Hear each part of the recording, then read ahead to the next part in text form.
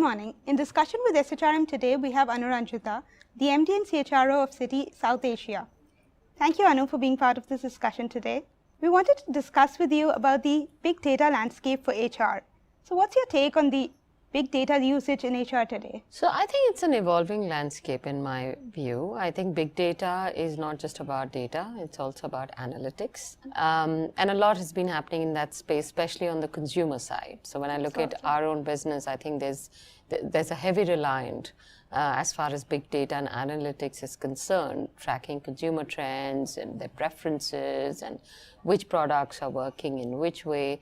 And I think as far as HR is concerned, we are yet in that evolution stage, and there are many factors responsible for it. And I think one of them is the investment in the infrastructure and the tools which were available to HR in the past.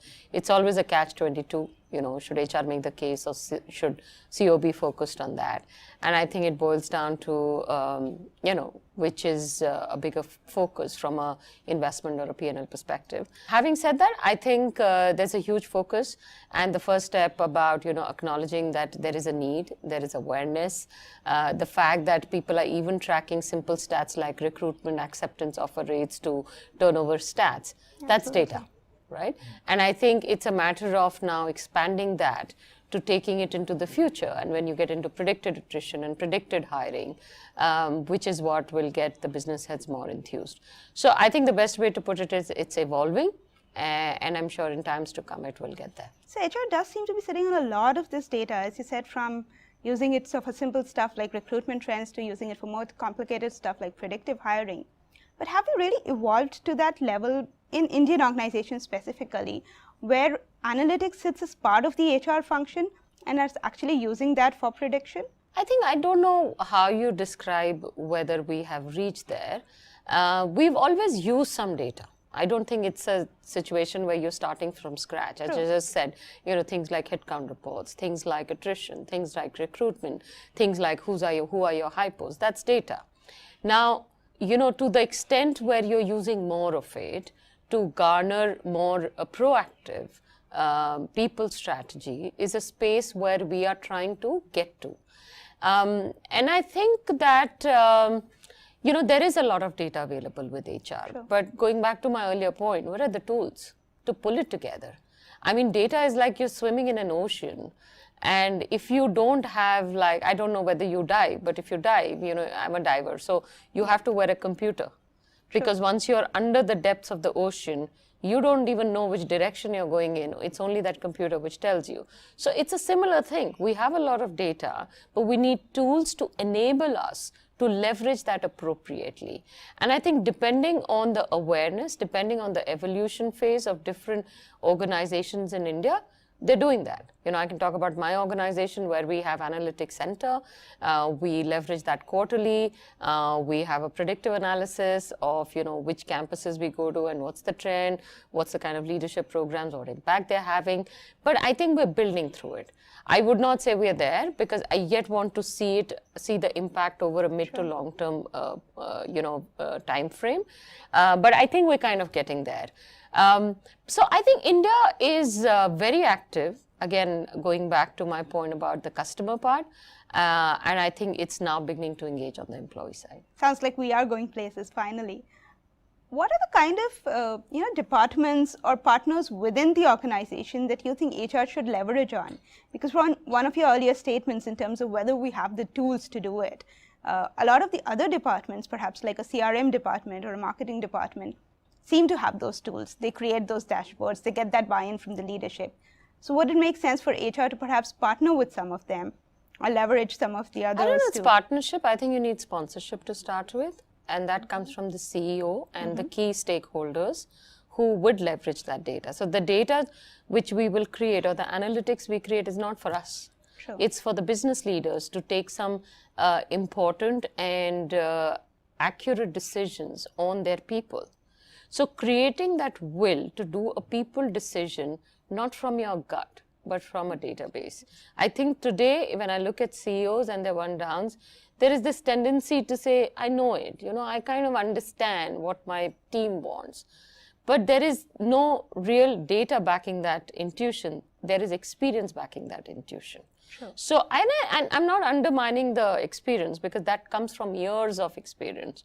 But I think the data just helps you validate. So I think first of all, you need sponsorship from the CEOs and the senior stakeholders. And then you need partnership with technology.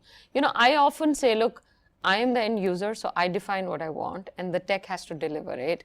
Right. In the past, what I have seen, when you look at some of the other packages, it's always been, this is the package, and you have to redefine the systems around it or your processes around it, which I don't think works.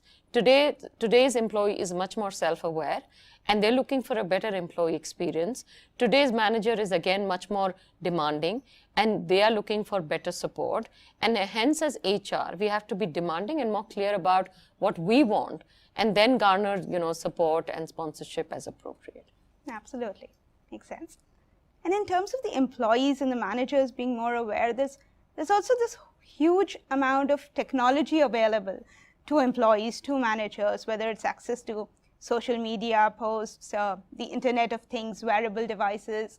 So all of those informal sources of data also exist. Do you see some organizations where HR is leveraging some of those, not necessarily your standard HRMS data points, but a lot of these informal data points that are available? So I think, employees have a lot of data. There's no doubt about it, whether it's inside the organization or outside the organization. If there's something happening to their organization, they're the first ones to pick up, maybe through social media. And I think I often laugh in Citi. I say, the news about what's happening is best gathered from grapevine because it reaches there faster than it'll ever reach any other, formal system. So I think when you get information from informal sources, I think we should consider it, but not decide basis it, because I think very often, or maybe not very often, but many a times, that information may be driven by perception. I would validate that information before I take a decision basis it, but I wouldn't ignore it. Right? We were just talking about Glassdoor. So there's a lot of data on Glassdoor, and some of it is perception, some of it is real.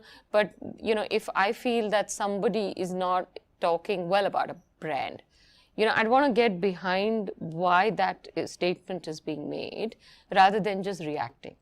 So I think we've got to be careful about the informal sources and how we leverage that data.